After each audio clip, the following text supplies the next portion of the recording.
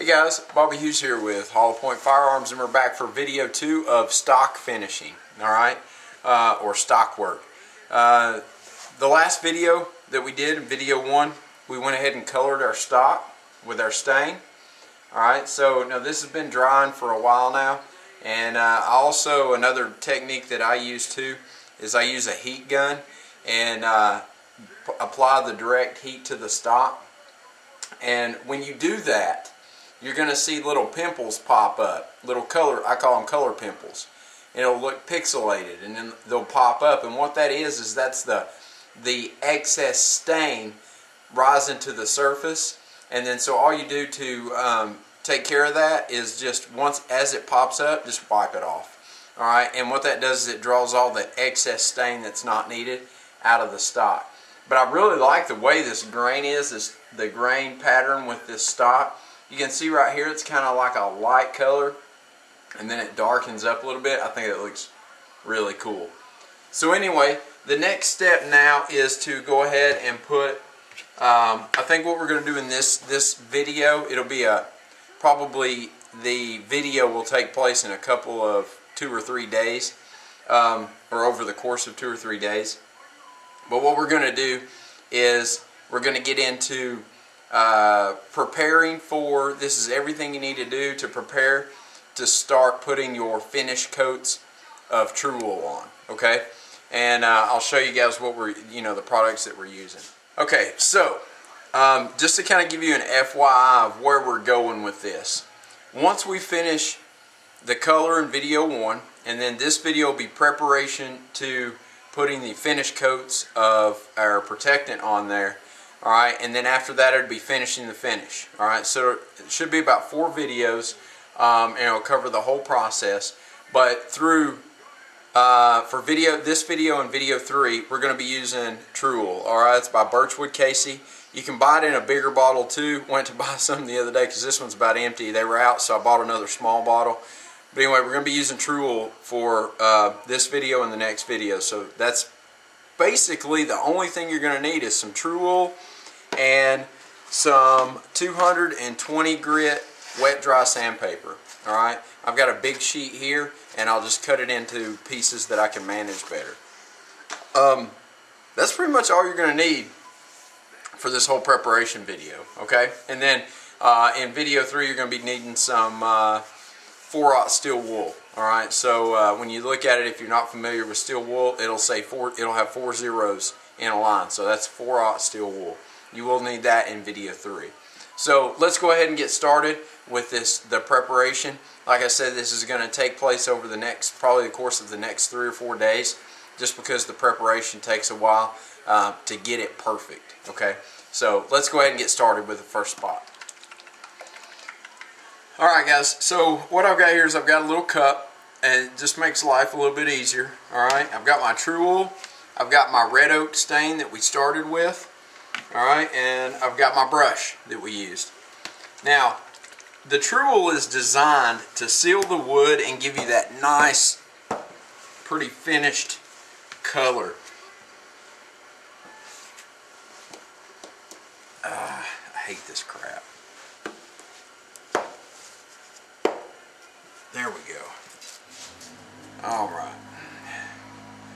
And explain to you why that was so hard to get off. Whenever you store True Wool, you always put the cap and the seal back on it and store it upside down. Alright, what that does is it keeps everything from settling to the bottom and caking on the bottom of the bottle. So you store it upside down, and that way when you pull it off, because you can see right there where it's been stored, it gelled a little bit. So the reason why we store it upside down is so that we can take this little rag right here and wipe that gel out of there. Alright, so anyway, what we're going to do is pour our True Wool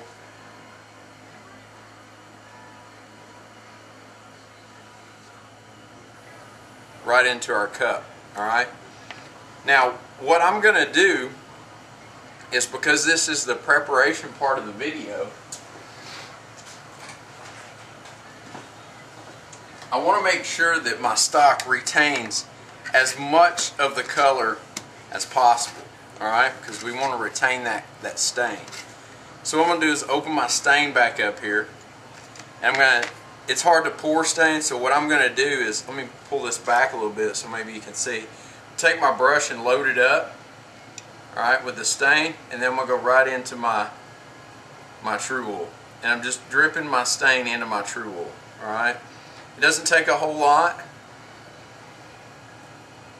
Just a couple of times doing that, you should have enough stain in your True Wool to get to achieve the thing that I'm going for here. Just use your brush. I'm using the same brush I used to color our stock with the stain. Stir it up, alright. And that kind of does two things. It thins out the True Wool a little bit. Alright, makes it a little bit easier to work with. And it puts the color, the same color, into the True Wool that we stained our buttstock with. So we're just going to stir that up, make sure it's mixed up really well. Alright, now, once you've got that done, and I've kind of let this sit in my brush and it's running down there. Once you've got that done, we're going to start with the 4-end grip. Alright, start with the 4-end grip, or you can start with the buttstock, whatever you want. Load your brush up, and we're going to go back and do the same thing. We're going to paint it on the True Wool with the stain. We're going to paint it on. Now with this, what you want is you want to put it on pretty heavy. Alright, because this is what seals the wood. This is what gives us that final seal. Or not the final seal, but it gives us the seal for the working surface, if you want to call it that. It's the best way I know to explain it. So we're going to coat it on there real good.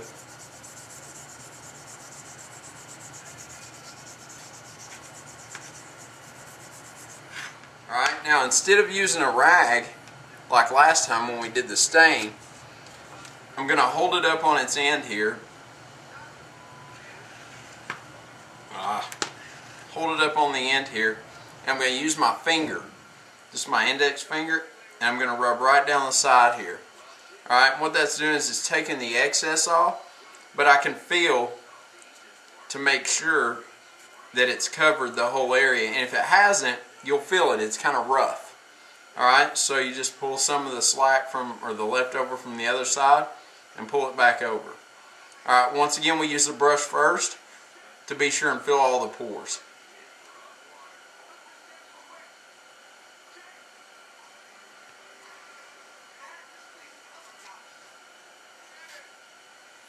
Alright, so now the 4-end grip is good, and you'll see, I don't know if you can see it or not, hopefully it'll come out on the camera.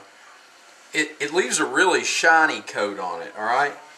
And basically what this does is, kind of explain the anatomy of it, I guess you can call it anatomy, is what this is doing is it's giving us, we stain the color on the wood, alright? Now, what happens is if we were to go into wet sanding without putting this coat of True Wool on here, we would take the color right out of there. We would just sand back down to the wood again. So we put a coat of True Wool on here, and like I said, I mix a little bit of stain in. I've never seen any other gunsmiths do that. It's just something that I've always done. And you put the color in there, you put your coat of True Wool on, and now when we get into the next part of preparation, which we'll start on tomorrow after this sets up for 24 hours, the next step will be to wet sand.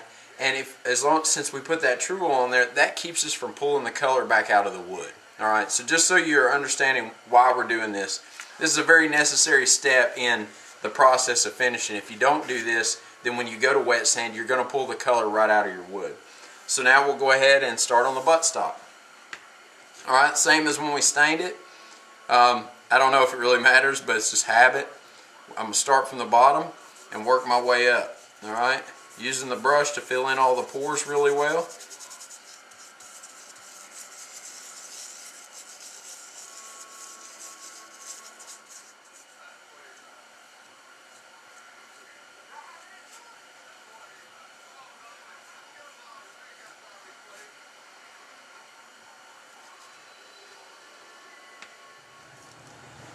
Alright guys, well that's pretty much the process of the first step of the preparation part. Alright, now what I want to do too is, you notice I poured out quite a bit of the Truel in our little container here. Alright, so what I'm going to do is I'm going to save this because we're going to use this for our wet sanding tomorrow. Alright, after this sets up. So what I'm going to do is I'm just going to dump it right back into the bottle. It's got some chunks in it too, so that's all we're going to use it for is wet sand. I've had this bottle for a little while, and it's been setting. So, and plus I'm down in the basement, so unless I'm down here working, there's no heat down here, so storing it in the cold's not good either. So anyway, we'll keep that in the bottle there and use that tomorrow when we start wet sanding. But now what you're going to want to do is just let this set up for 24 hours, and then we'll go from there. So I'll see you guys tomorrow. Alright, so now our stock is dried with our initial coat of the stain Truel mixture. Alright, what we're going to do now is called wet sanding. And the wet sanding acts as a wood filler, and it fills all the pores and it makes the stock nice and slick and smooth. Alright, so we're going to go ahead and get started on that. Alright, so what I've got here is some more of our Truel stain concoction. And I've got a little dish of water here. And then I've got some little squares of 400 grit wet dry sandpaper. Alright, so what we're going to do is we're going to start with the buttstock. I'm going to take the buttstock and just lay it down on its side like this. Alright, and let me grab my apron real quick.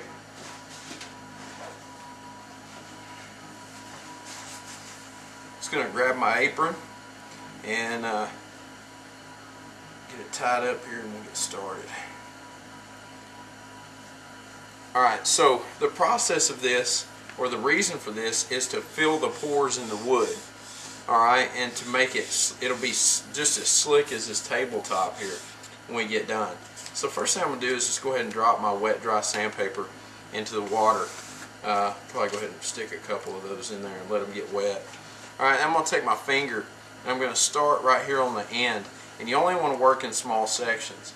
So I'm just going to apply some of this stain Truel mixture here, right here to the back of the buttstock. You want to do about a 4-inch by 4-inch section at a time.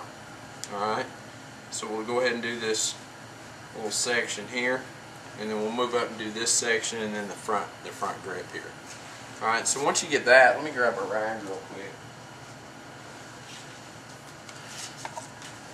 Once you get that going, then just take one of your pieces of wet dry paper and you're just going to start back here on the corner and work in a circular motion. Alright, and what that should do is it should start to create like a slurry, kind of like a wood putty mixture sort of.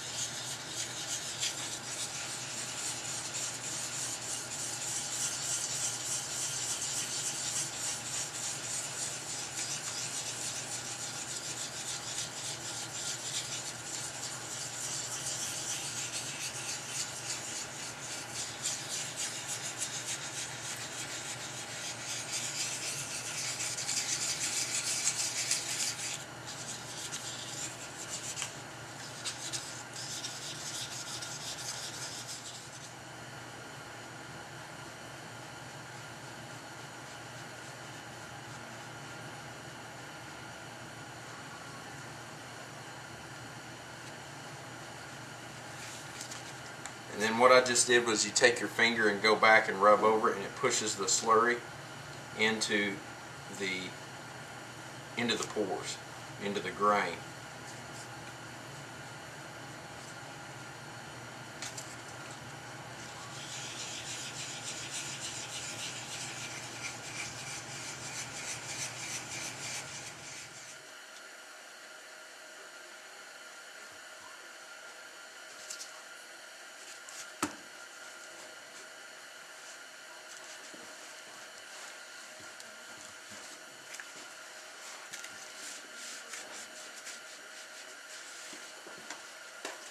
And once you get the slurry rubbed in, just go back with a rag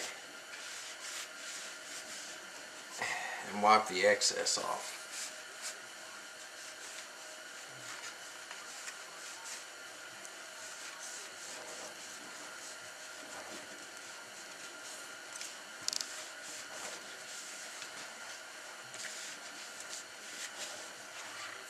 Flip it over and do the other side here. Now, if you did it right, once you get it all wiped off, get it done and wiped off, you should be able to feel a very significant difference from when you started. This is a lot smoother now, almost like it has no finish on it. And that's what we're going for. Alright, so what I'm going to go ahead and do now to try to replace a little bit of the color is I'm going to take a little bit of my stain True Wool concoction here, and I'm going to go ahead and put another coat right back on the wood. Alright, now this will have to set up for 24 hours, but after this we'll be able to go right into our finishing coats. Alright, so I'm going to put not a real thick layer. I'm going to try to do it as evenly coated as I can.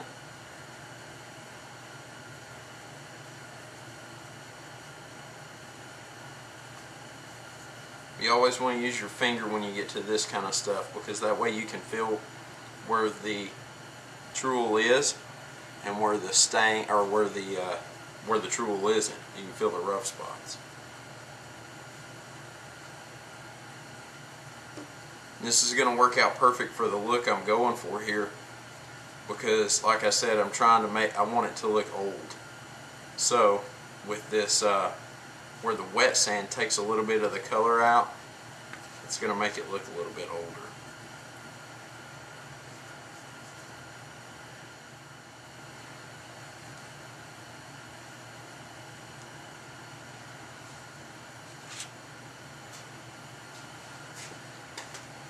Alright, that should be a pretty good coat right there.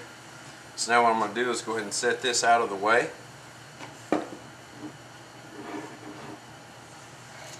And that'll dry for 24 hours, and I'll move on to the 4-end grip here.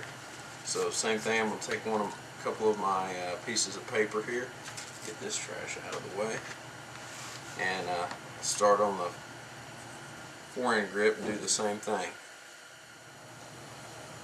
Alright guys, so that's pretty much it for the step 2, the preparation for the finish. Alright, you remember step 1 was coloring the stock.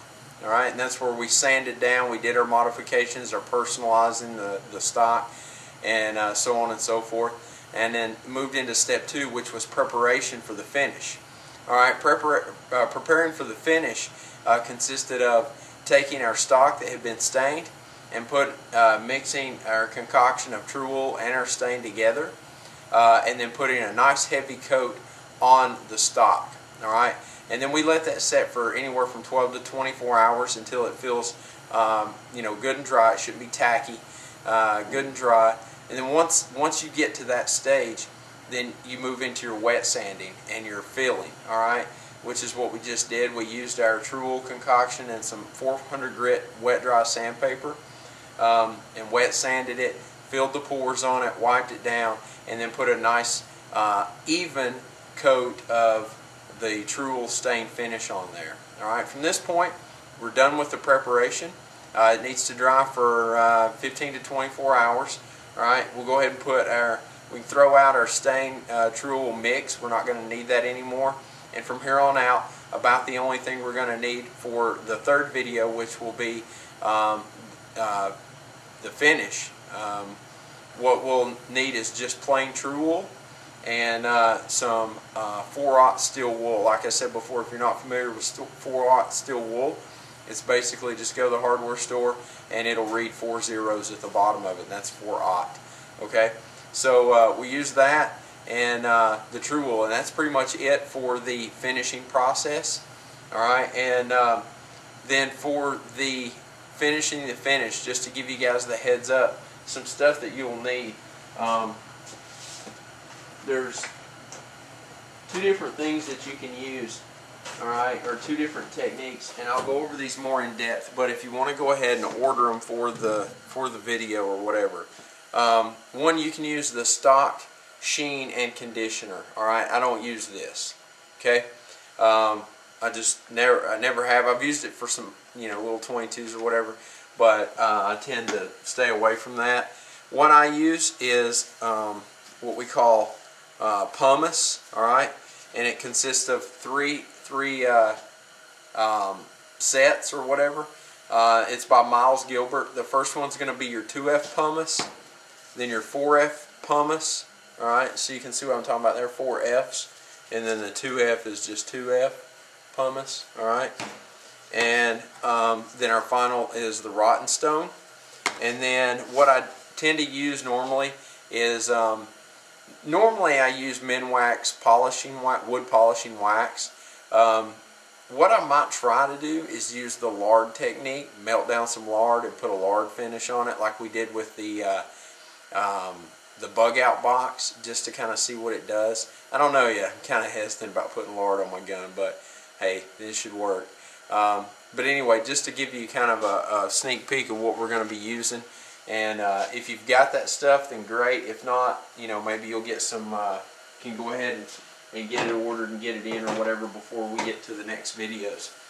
But anyway, guys, so like I said, coming up we got the step 3 will be putting the finish on it, and step 4 will be finishing the finish. Alright, so if you got any comments or questions, go ahead and leave them in the comments below. Click the like button. If you're not subscribed to Hollow Point Firearms, then go ahead and click that subscribe button. Just lets us know that you care and that you're interested in what we're doing and you support what we're doing. Helps me out trying to get everything going here with my gunsmithing and getting my shop together and all that stuff. So anyway, guys, hope you guys found the video useful. Until next time, get out there and shoot some guns, be safe, and most importantly, have fun. See you guys later.